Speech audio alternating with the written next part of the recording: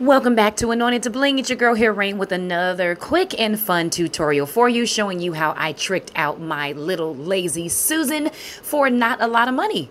Find out how I did it coming up right now.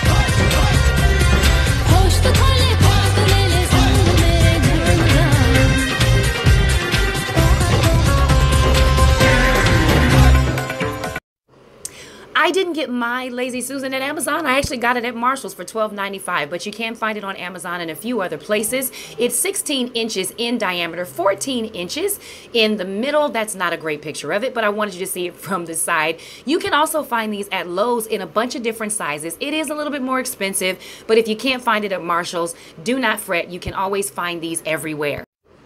So why another tray? I have no idea. I just picked this up. I thought it was cute, and I decided that I could trick this out in Rain bling fashion. If it ain't blinging, it ain't singing. All right, so you see here that I painted this silver metallic, and if you know anything about me, you know I love my mirrors. I got this 14-inch circular mirror from Joann's. Aren't they super cool? They have like every single size, and I'm using my liquid nails just to lay that out. Now you can see that kind of surprised me, and I got a little more glue out of that gun than I wanted to, so be careful.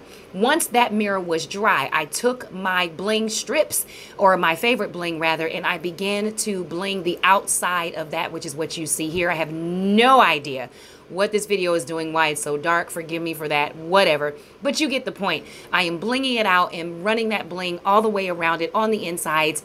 And here it is when I was finally finished. Of course, I like how this came out, just because it's blinging. So you can use this as serverware. Put some bling around some Dollar Tree glasses. Throw your silverware in the glasses and use it as a serving tray.